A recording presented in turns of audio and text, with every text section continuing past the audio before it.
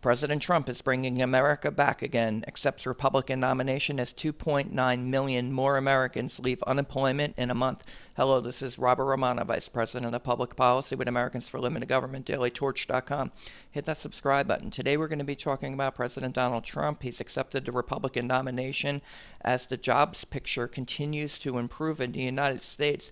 Labor markets bottomed in April with about 25 million jobs lost. About 10 million jobs have been recovered in the past 3 months.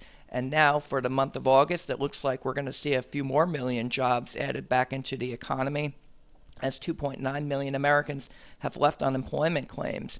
And this is surely good news, not only for President Trump and his re-election prospects politically, but for the country in general, that we're able to come out of this terrible pandemic and find a way to safely reopen our economy so that we can begin to get to some semblance of normalcy while we still wait out a vaccine, if we're going to see a vaccine. But I think we have to make plans for what the world looks like if the vaccine doesn't work. And I think that's where President Trump is. He's hopeful for a vaccine. Dr. Fauci says he's cautiously optimistic about a vaccine. But if we can get one, you can get the economy reopened pretty quickly, much more quickly. But in the event that we don't have a vaccine, we have to have a plan to safely reopen. Fortunately, we're finding ways to do that right now. I think you have to plan, hope for the best, but plan for the worst. And so let's take a look at these numbers here. On an unadjusted basis, as of July 18th, 16.8 million Americans were on unemployment claims. And then on August 15th, it was down to 13.9 million. So you've got a 2.9 million decrease of the amount of Americans who are on unemployment right now, and that's over the past month. Again, you went from 16.8 down to 13.9. Again, this is not seasonally adjusted. That's the number I'm tracking that I believe is going to track well with what you see reported out of the Bureau of Labor Statistics on a monthly basis. And this is a dramatic shift as states have reopened in the aftermath of the spring lockdown response to the COVID-19 pandemic. It should build on the 10.1 million jobs that have been created in the past 3 months. In the household survey from the Bureau of Labor Statistics, we were at 133.4 million Americans who had jobs in April. That was down from 158.7. And now we're up to 143.5. So you went from 133.4 million to 143.5 million. That's really good news. And I think it's going to continue in the month of August when we get the next jobs report on September 4th. Now, President Trump, he's citing the success of the economy recovering in his speech, and I think he has every reason to do so. Let's take a listen to what he had to say at his acceptance speech at the White House for the Republican convention. We enacted the largest package of financial relief in American history. Thanks to our Paycheck Protection Program, we have saved or supported more than 50 million American jobs. That's one of the reasons that we're advancing so rapidly with our economy. Great job. As a result, we have seen the smallest economic contraction of any major Western nation, and we are recovering at a much faster rate than anybody. Over the past 3 months, we have gained over 9 million jobs, and that's a record in the history of our country. There, President Trump is talking about the establishment survey, but it shows the same trajectory. The difference is the establishment survey asks employers how many people are working at your business, and the household survey asks people if you have a job. And so that's the difference there.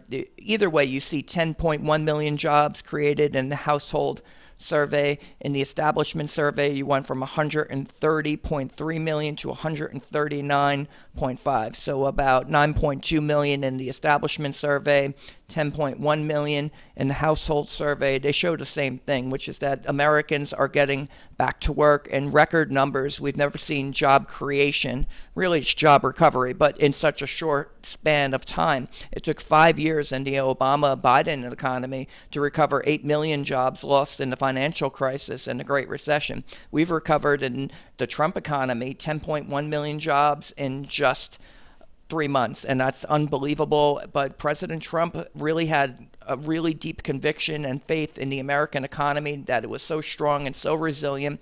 When the pandemic hit, we were at a record low of unemployment at 3.5% in February. And unfortunately, it's gone up, and now it's coming down really, really quickly. And you're getting what would only be called a V-shaped recovery. I think that number is going to continue improving in the coming months, provided that we continue safely reopening as COVID cases are stabilizing. That's a real key right there. Reported cases are down into the 40,000s on a daily basis. Now, it's probably more than that because not everyone's getting tested, but suffice to say, we're on the right track both for the COVID-19 pandemic, with the cases declining, the mortality rate declining, and the amount of people re-entering the economy is rising.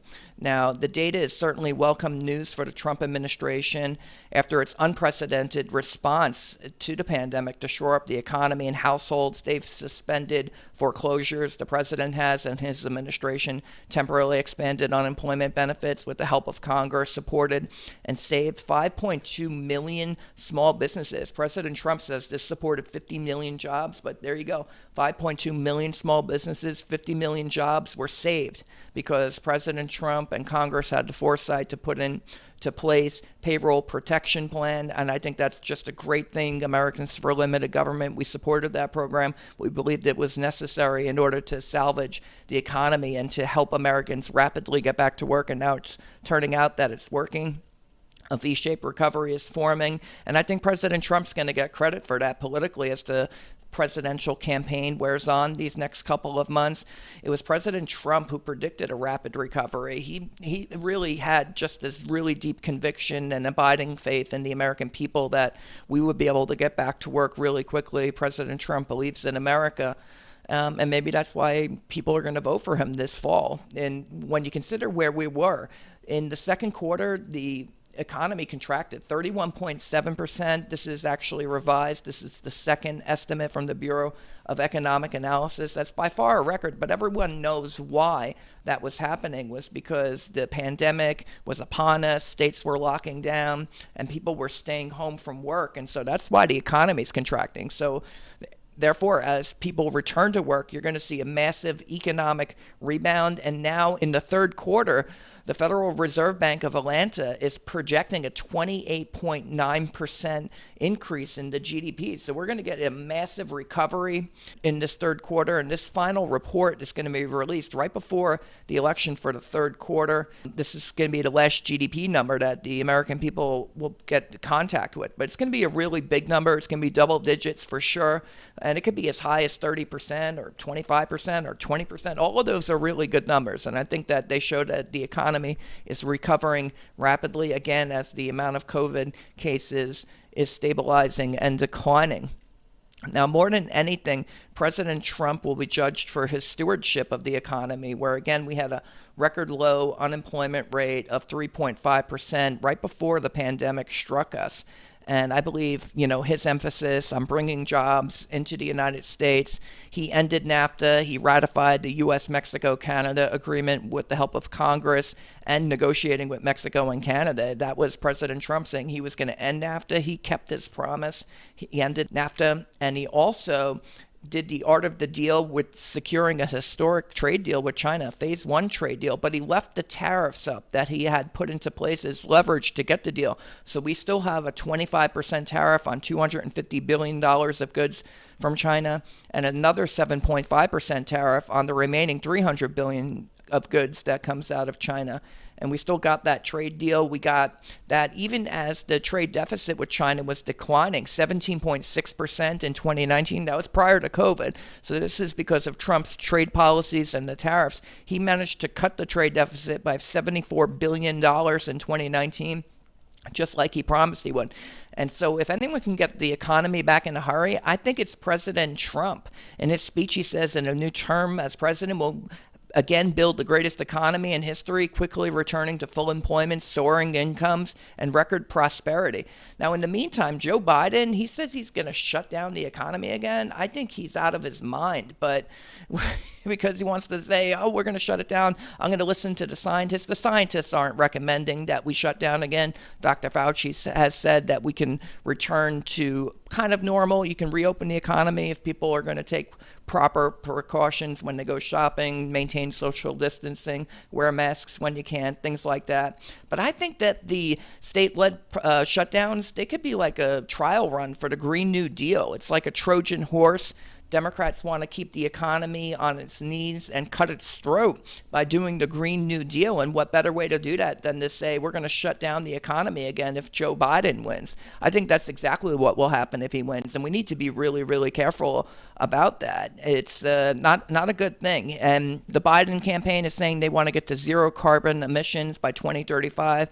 And they want to replace about 3/5 of our electric grid and every gasoline-consuming automobile in the country. I think the Green New Deal will be a catastrophe for the American people, and it's just not something we should be doing right now. It's an insane prospect. I don't think that we're going to really accomplish the goals that are being set out by the Green New Deal, and that's why many people think it's the Trojan horse, but they want to kind of kill capitalism.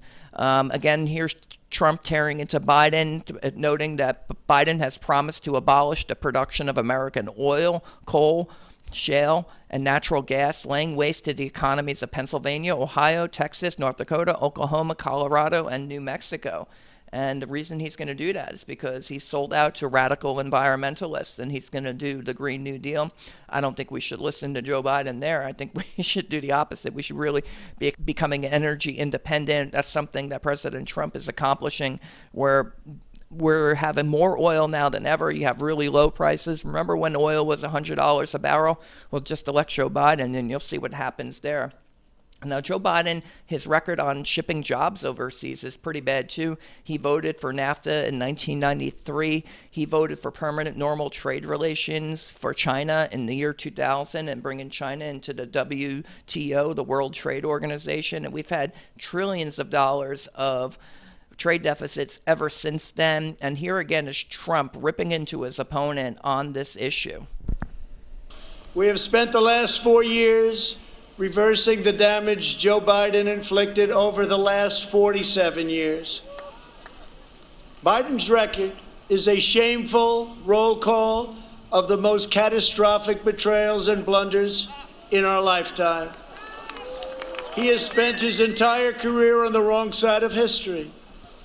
Biden voted for the NAFTA disaster, the single worst trade deal ever enacted. He supported China's entry into the World Trade Organization, one of the greatest economic disasters of all time. After those Biden calamities, the United States lost 1 in 4 manufacturing jobs. We laid off workers in Michigan, Ohio, New Hampshire, Pennsylvania, and many other states. They didn't want to hear Biden's hollow words of empathy. They wanted their jobs back. As vice president, he supported the Trans-Pacific Partnership, which would have been a death sentence for the U.S. auto industry. He backed the horrendous South Korea trade deal, which took many jobs from our country and which I've reversed and made a great deal for our country. He repeatedly supported mass amnesty for illegal immigrants. He voted for the Iraq War. He opposed the mission to take out Osama bin Laden. He opposed killing Soleimani. He oversaw the rise of ISIS and cheered the rise of China as a positive development for America and the world, some positive development. That's why China supports Joe Biden and desperately wants him to win. I can tell you that upon very good information. China would own our country if Joe Biden got elected. So there you go. Pretty hard words from President Trump, noting not only his trade record, but also his foreign policy record. And he added, President Trump said, we'll make sure our companies and jobs stay in our country, as I've been doing already. Joe Biden's agenda is made in China. My agenda is made in the USA. So clearly, President Trump wants to have a sharp contrast with Joe Biden, and it's going to be on trade, the same issue that put him over the top in the 2016 election in the Rust Belt states of Ohio, Michigan, Pennsylvania, and Wisconsin. And President Trump is doing well in the election in those states. Here's the Trafalgar Group. They're the polling outfit that called the 2016 election in Michigan for President Trump, and Pennsylvania as well. They've got President Trump up 46.6% to 45.2%. And I think we should take that seriously, that this could be showing that President Trump is once again being able to message positively for the Republican Party and for his administration on the issue of trade. And it could be a death knell for Joe Biden. Again, he voted for NAFTA. He voted for China into the WTO and permanent normal trade relations. And those are going to be, I think, votes that come back to haunt him. President Trump mentioned a Trans-Pacific Partnership. He pulled out of the Trans-Pacific Partnership. And again, Joe Biden's record on the economy, I think it's going to be very poor when the American people get a closer look at it this fall. We're going to get into the heart of this presidential election season right now, and people are going to want to know where he stood on these issues. And he wants to shut down the economy again. I don't think that's going to really be something the American people want to hear. People are anxious to get back to their lives. They want the schools reopened. They want to get back the economy. And President Trump, I think, is the only one that's saying that we can get there. So if you follow the leader on that, then you might vote for Trump. If you think we should shut down because we can't, we're not going to be able to do anything until we have a vaccine or something like that, well, then you can vote for Biden. And I'll leave you with the close here. In 2020, the choice is clear. While Biden will ship more jobs overseas, shut down the economy, and destroy our energy industry, President Trump will bring more jobs back to the U.S., get better trade deals, reopen the economy, and make the U.S. energy independent. Now all eyes turn to the first debate between Trump and Biden on September 29th as the campaign heats up. Stay tuned. That's the commentary. This is Robert Romano, Vice President of Public Policy with Americans for Limited Government, dailytorch.com. Hit that subscribe button, ring the bell for notifications, and have a good day.